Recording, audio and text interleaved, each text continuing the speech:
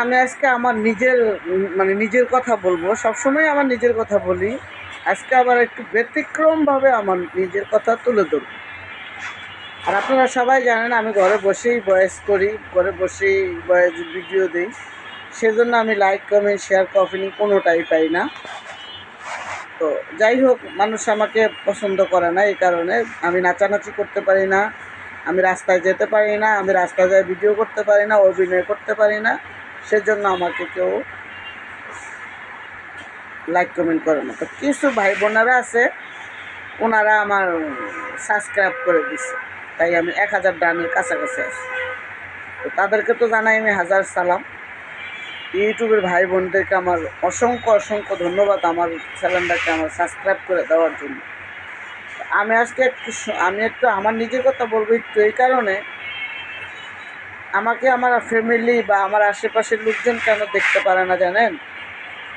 আমার ছেলে বলেন, মেয়ে বলেন, আমার মা বলেন, আমার বাবা বলেন, আমার ভাই বোনেরা বলেন, আমার আত্মীয় স্বজন বলেন, আমার প্রতিবেশী বলেন, মানে ইত্যাদি ইত্যাদি সবাই মনে করেন আমার কাছের যারা আছে। আমি না সত্যি কথা বলে দিই, সত্যি কথাটা বললে ওদের তো ঠসকা পড়া যায়, তখন আর আমাকে ওরা অ্যাভয়েড করে চলে। যদি কোথাও দাওয়াত হয় বা ভালো খাওয়ান হয় বা যে কোনো অনুষ্ঠানের কথাই বলেন, আমাকে আর ডাকেন। আমাকে কখন ডাকে জানেন?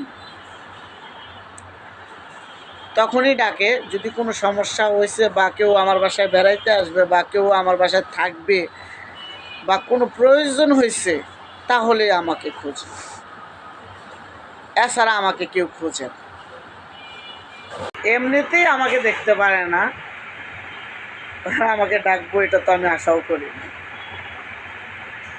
ভাই বোনেরাও বলেন, ওরা যখন আমার বাসায় আসতো, যাইতো, খাইতো, আমি ওদেরকে খাওয়াইতাম। আমি নিজে না খাইয়ে খাওয়াইতাম। কেন খাওয়াইতাম? আমার আছে, আমি খেতে পারবো। ওদের নাই, ওরা খাইয়া যাবে, এরকম ব্যাপার। আর ওরা যখন নিজের পায়ে দাঁড়াইতে শিখছে, নিজে খাইতে শিখছে, হ্যাঁ, নিজের পায়ে দাঁড়ানোর অবস্থানে আছে বা ভালো লেভেলে আছে, এখন ওরা ভালো খাইতে পারে বা 5টা মানুষকে দাওয়াত করতে পারে, দাওয়াত দেয়, খাওয়ায়, এখন আর আমাকে কেউ ডাকে না, ওরা আর আমাকে দাওয়াত করে না। আর আমি একটা সময় ওদেরকে ডাকতাম যে আমার আছে, আমি একটু পর হইলেও খাইতে পারবো, ওদের নাই, ওরা খাইয়া যাবে। এখন ওরার আছে, আমি চাইয়া থাকি, কান দিয়ে শুনি যে ওরা ওরা এই অনুষ্ঠান করছে, ওই অনুষ্ঠান করছে, অমুক দাওয়াত দিছে, অমুক দাওয়াত দিছে, ওই ভাই আসছে, ওই বোন আসছে, মা আসছে, ওই ভাই মামাতো ভাইয়েরা আসছে, খালাতো ভাইয়েরা আসছে, মানে এটা পরে আর কি জানতে পারি। এটার কারণ একটাই কারণ, সেটা হচ্ছে আমি সত্যি কথাটা বলি। সত্যি কথাটা বলি, ওদের মাথায় তেল আছে, তাই ওরা তেলের মাথায় তেল দেয়। আর আমার তো স্বামী নাই। আমার স্বামী নাই বলতে আমার রোজগারও তেমন নাই। আমি দিন রোজগার করি, দিন খাই। আজকে রোজগার করলে খাবো, আর রোজগার না করলে আমি আর খাওয়া বন্ধ হয়ে যাবে। তাহলে ওরা তো আর আমাকে সাড়া দিবে না, দিবে? আমি রোজগার করে খাই, কষ্ট করে খাই, হাড় ভাঙ্গা পরিশ্রম করে খাই। তো আমি যখন কথা বলি, মানে সত্যি কথাটা বলি না, তখন আর আমাকে কেউ পছন্দ করে না, অ্যাভয়েড করে চলে। তো এটা আসলে একটা ভালো দিক। এমনিতেই তো আমার ডাকলে আমি সবসময় যেতে পারবো না, কারণ যেহেতু একটা আমি কাজ করে খাই, আমার একটা কর্ম আছে, আমি একটা কর্ম করে খাই, সেক্ষেত্রে আমি ডাকলেও ইচ্ছা করলেও দৌড়াইতে পারি না। নিজে একটু সময় বের করি। শুক্রবার আসলে, শনিবার আসলে মনটা ভালো লাগে না, খারাপ লাগে। সারা সপ্তাহ ধরে কাজ করি, একটু যদি কারো সঙ্গ পাই বা কারো একটু ভালোবাসা পাই, ওই বান্ধবীরা ডাক ডুক দিলে বেরিয়ে যায়, বেরিয়ে যায়, একটু হাইটা উঠে আসি। আপনারা জানেন সবাই আমি টিকটক করি, ফেসবুকে পেজে থাকি, ইউটিউবে থাকি।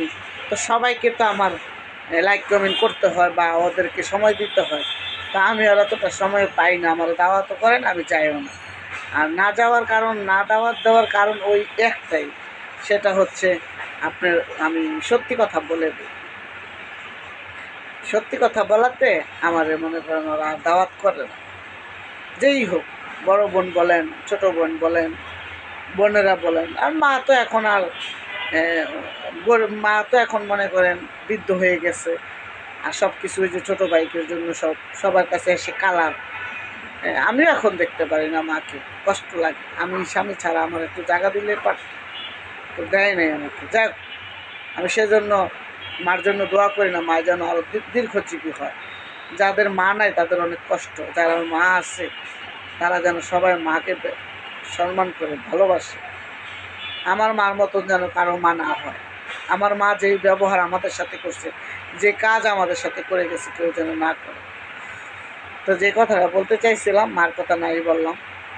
তো আমার হচ্ছে ওই যে সত্যি কথা বলাতে আমার কেউ দেখতে পারে না, অ্যাভয়েড করে চলে। তো যাই হোক, অ্যাভয়েড করে চলাটাও একটা ভালো দিক। আমারও যে বললে আমি ধরে যাইতে পারবো তাও না, আমি যেতে পারবো না। আর ওই সময় তো উপর আল্লাহর কাছে সবসময় বলি, উপর আল্লাহর কাছে আমার কিছু টাকা ঋণ আছে, কিছু টাকা ঋণ আছে। এই ঋণগুলো যদি আমি দিয়ে দিতে পারি বা আমার ঋণ মুক্ত হয়ে যায়, তাহলে বিশ্বাস করেন বন্ধুরা, বিশ্বাস করেন, আমি অনেক সুখে থাকবো, সুখে থাকবো অনেক।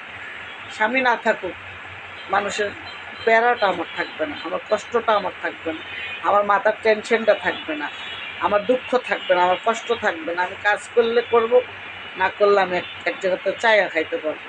কিন্তু মানুষের ঋণ থাকা, ঋণগ্রস্ত হওয়া, মানুষের কত যে ঝামেলা, কত যে কষ্ট, কত যে মাথায় টেনশন নিয়ে ঘুমাইতে হয়, সবসময় টেনশন নিয়ে থাকতে হয়। কখন জানি কে বলে ফেলে, কি বলে ফেলে, আরেক বাড়িতে ভাড়া থাকি, মান সম্মান যায়, ইজ্জত যায়, খুব মানে ডিপ্রেশনে থাকি। এত ডিপ্রেশনে থাকি যে একবেলা না খাইলেও হয়তো কষ্ট হয় না, এতটা কষ্ট হয় যখন ডিপ্রেশনে থাকি। তো যাই হোক, আমি অনেক বড় করে ফেলতেছি ভিডিওটা। তোমরা যে যেখান থেকে আমার ভিডিওটা দেখবা, লাইক কমেন্ট শেয়ার করে দিবা, আমার চ্যানেলটা বেশি বেশি করে শেয়ার করবা।